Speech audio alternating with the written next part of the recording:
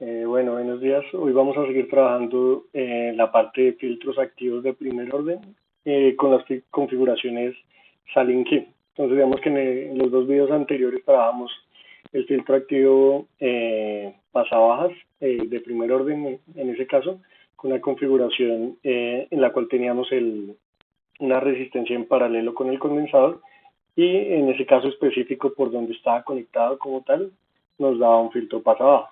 En la segunda nosotros hicimos un filtro pasaaltas donde la conexión inicial estaba el condensador en serie con una resistencia y por el lugar de conexión como tal que teníamos en ese caso nos daba un filtro pasaaltas. En este caso digamos que vamos a hacer una configuración mixta. ¿Qué sucedía en ese caso? Como tal lo que nosotros teníamos es que el filtro, en los dos casos anteriores eran inversores, o sea, nos invertía como tal el signo de nuestra señal de entrada. Entonces, en este como tal nosotros vamos a tratar de limitar eso y que nos dé como tal un filtro no inversor, que la señal siga siendo con el mismo signo tanto la entrada como la salida.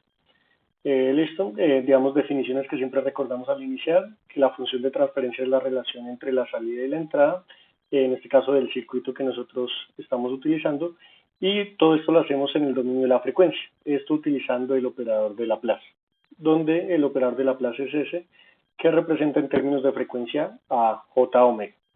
Las dos funciones de transferencias para tener en cuenta pues si es un pasabajas o un pasalta, que el mismo circuito nos va mostrando en su desarrollo. Digamos que en los dos anteriores nos dimos dando cuenta al desarrollar la parte del polinomio de la parte inferior, que digamos que es lo que nosotros conocemos como los polos de nuestra ecuación o de nuestra función de transferencia, nos dimos cuenta que función como tal nos está dando de cada una de ellas.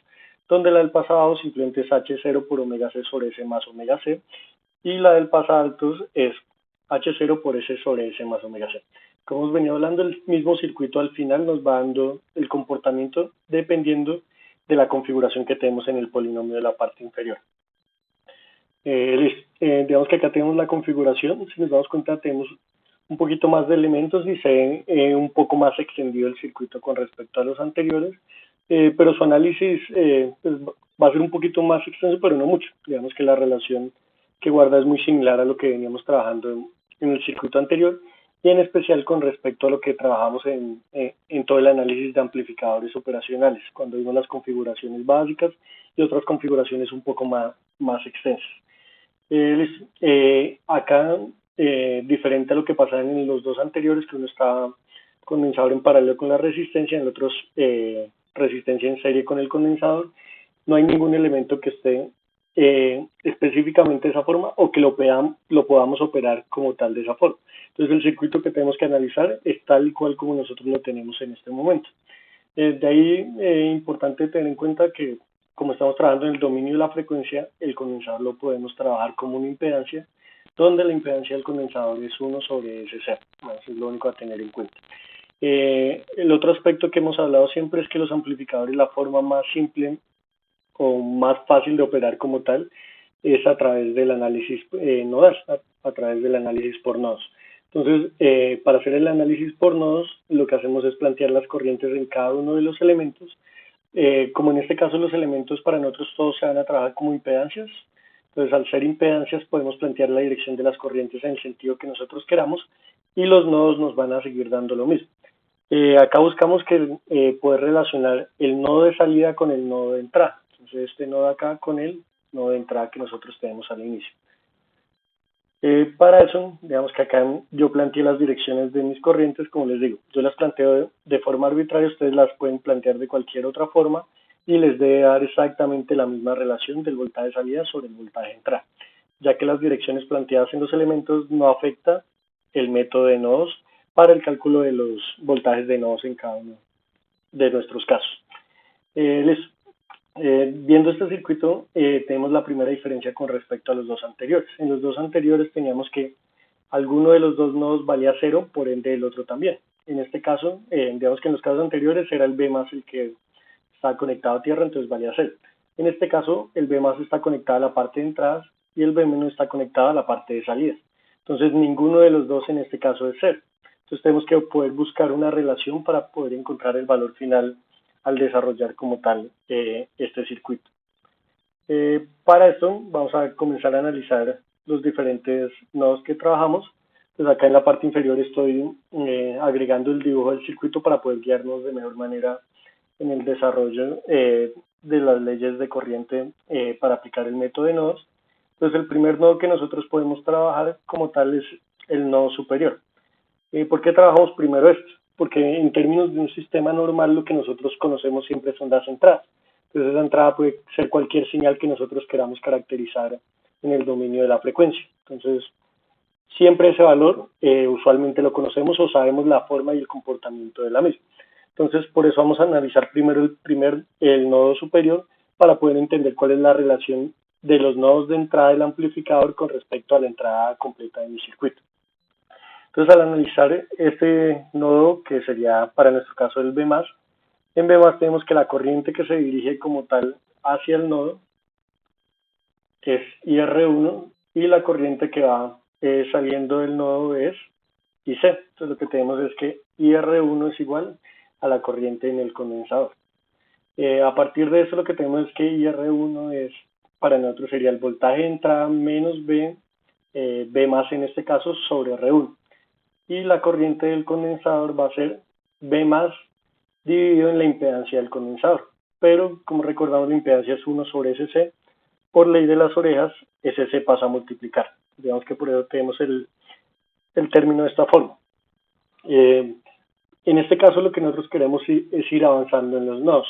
Entonces, la variable que no conocemos en esta ecuación específicamente es el B+, por lo que mencionaba en la parte anterior. El voltaje de entrada normalmente es una señal que nosotros conocemos o que podemos caracterizar para ver el comportamiento de nuestro sistema. Teniendo esa idea, el proceso que yo voy a hacer es paso a multiplicar R1, entonces me queda S por C por R1, todo por B+, y luego paso el B+ que está restando a sumar. Entonces me queda B+ factor, digamos ya haciendo la operación de una vez completa, de SCR1, que era el primer término que teníamos, más 1, ya que pasamos este término que está multiplicado simplemente por 1, no tiene otro término extra que lo esté multiplicando. Y todo esto es igual al voltaje de entrada.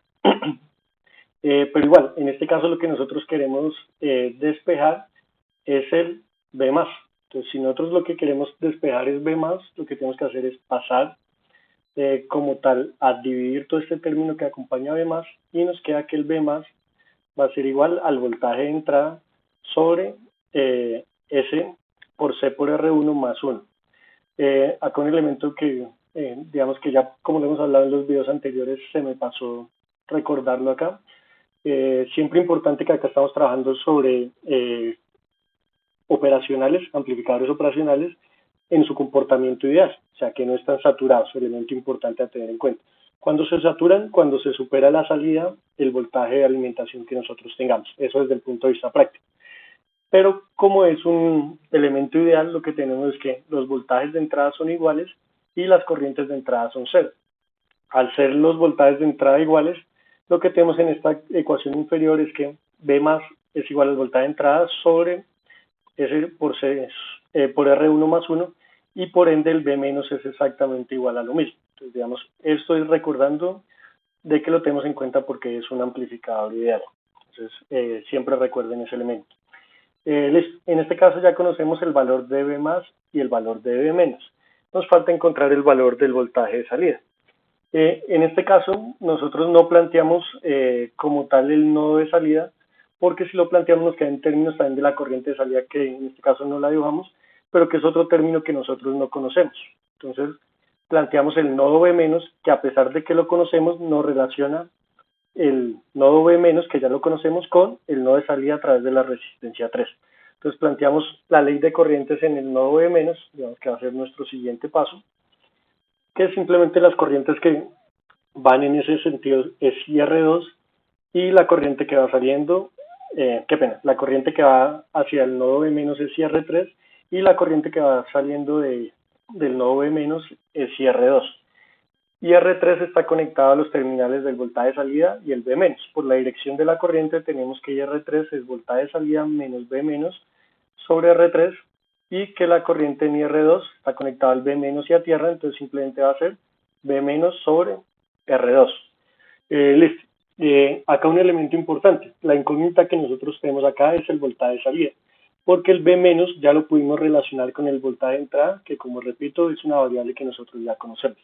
Entonces, para poder despejar voltaje de salida, hago algo similar a lo que hice en el proceso anterior, y lo que tengo es que paso a multiplicar R3, entonces me queda B menos factor de R3 sobre R2, y paso a sumar el B menos acá que se está restando, y me queda simplemente B menos por R3 sobre R2 más 1. Entonces, digamos que es el término que estamos teniendo acá en la parte inferior. Digamos que ya ese era el análisis que teníamos que hacer a través del circuito, ya llegamos a las leyes completas, ya lo siguiente es resolución matemática, por eso acabo de quitar el circuito de nuestros esquemas que vamos a seguir trabajando. Listo. Lo siguiente que tenemos que operar en este caso es, ya acá tenemos el término de B menos, vamos a reemplazar lo que nosotros conocemos que es B menos. Entonces, de esta forma nos va a quedar que, bueno, digamos que acá hice dos pasos en uno y que fue, pasé a dividir el voltaje de entrada que ya estaba en el B menos, digamos que lo hice automáticamente, voltaje de salida sobre voltaje de entrada, y me queda lo restante de ese término que era 1 dividido en R1 por S por C más 1, y el otro término que lo acompañaba que era R3 sobre R2 más 1. Entonces digamos que acá simplemente lo que hice es directamente en lo que era B menos, pasé a dividir el voltaje de entrada para poder encontrar nuestra función de transferencia. Entonces, recordar, esto es nuestra función de transferencia. En este caso, si ustedes se dan cuenta, como tal este no tiene operadores en la parte superior, entonces también va a ser un filtro pasa abajo. Así siempre es que lo vamos a poder identificar, de acuerdo a los coeficientes que tengo en la parte inferior y si también tengo algún coeficiente de S en la parte superior. Como es de esta forma, lo que tendríamos que hacer en este caso, que digamos paso a la siguiente diapositiva, es poder convertir eso a que el S nos quede solo. Para que el S nos quede solo, lo que está acompañando S en este caso es R1 por C, entonces dividimos en R1 por C tanto arriba como abajo. Entonces recordando, divido arriba y abajo para que la ecuación siga siendo exactamente la misma. Cuando yo hago ese proceso, el S me queda solo, el 1 queda dividido en R1 por C y el 1 de la parte inferior también queda dividido en R1 por C. Entonces, de ahí podemos deducir dos elementos. Que lo que está acompañando acá, que digamos que en la parte inferior yo lo marco en rojo, que es R3 sobre R2 más 1, va a ser la ganancia de mi amplificador y que la frecuencia de corte como tal de mi filtro, en este caso va a ser un filtro pasado por la configuración que nosotros tenemos, va a ser 1 sobre R1 por C. Entonces, si se dan cuenta, lo mismo que hablamos en el video anterior, siempre la frecuencia de corte va a estar asociada directamente al condensador, que es el que me permite cambios en la frecuencia, porque queda en términos de S, pero con los elementos que estén conectados de forma directa con él. Entonces, digamos que el elemento que está conectado de forma directa, en este caso con el condensador, era R1. Por eso ese es el que nos da como tal la parte de la frecuencia. Y los otros elementos son los que nos dan la ganancia del amplificador. Entonces, si ustedes recuerdan un poco de amplificadores operacionales, este era un amplificador no inversor, donde esto era la ganancia del amplificador y la otra parte que nosotros asociábamos era como un semidivisor de voltaje que teníamos en, conectado al B+, que en este caso va a quedar en términos de la frecuencia. Listo, acá marco por último ya lo que hablábamos, la frecuencia de corte y la ganancia como tal del amplificador. Entonces, gran diferencia entre amplificadores cuando utilizamos amplificadores que generamos filtros activos y cuando tenemos circuitos plenamente pasivos y hablamos de filtros. Que cuando son filtros pasivos, la ganancia siempre es unitaria, no podemos amplificar la señal. Cuando utilizamos amplificadores, literalmente, digamos por su palabra, lo que podemos hacer como tal es amplificar esa señal de acuerdo a la configuración que nosotros le demos. Importante cuando trabajamos con amplificadores que dependiendo la configuración, además de la amplificación usual que tenemos en este tipo de amplificadores, lo podemos volver inversor o no inversor. Eso implica que la salida sea negativa con respecto a la entrada o no. Entonces ese es un elemento a tener en cuenta y tener cuidado porque eso implica tipos de alimentación diferentes para los amplificadores que nosotros vayamos trabajando aquí en adelante. Listo, bueno, vemos que esto era como la explicación general del filtro pasabajas no inversor y los parámetros como tal para posteriormente, digamos que habrá un video específico para el diseño de amplificadores de mayor orden a partir de los de primer orden y segundo. Bueno, muchas gracias por su tiempo. Espero que estén bien. Nos vemos en un próximo video.